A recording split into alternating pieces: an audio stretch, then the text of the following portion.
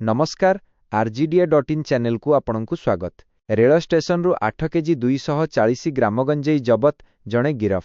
Rayagada rail station platform 1 number रे आज राति सरकारी रेलवाई पुलिस जीआरपी पाट्रोलिंग समय रे ट्रेन जोगे चोरा चालाण हेबाकु थिबा 8 केजी 240 ग्राम ओजनर गंजेई जबत करिछि।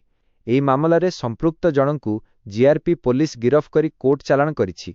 गिरफ होइथिबा व्यक्ति जनक तमिलनाडु राज्य तिरुवल्लुर जिल्लार माणिक्यम घासगान बोली जनापड़िछि। ए नेई मिलिथिबा सूचना प्रकारे जीआरपी डीएसपी प्रभात कुमार त्रिपाठी निर्देश क्रमे रायगड़ा जीआरपी थाना आईआईसी विनय प्रसाद मिंजंक नेतृत्व में एसआई संतोष परिडा, एएसआई माणिक चंद्रगौड़, मलय माझी, शुभ्रांशु पंडा और कनेस्टेबल अनुज वैद्यभूषण प्रमुख प्लाटफर्म 1 नंबर रे पाट्रोलिंग करुथिबा बेले अभियुक्तंक पाखरे थिबा ब्यागकु संदेह करी जांच करथिले।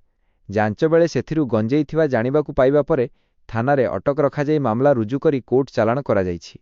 फुलबाणी अंचलरू गंजेई संग्रह करी तमिलनाडु चोरा चालाण पई अभियुक्त रायगड़ा को आसी रायगड़रू टाटा एर्नाकुलम ट्रेन जोगे यात्रा करिबा पई रात्ररे स्टेशन प्लाटफर्म रे ट्रेन को अपेक्षा करिथिले।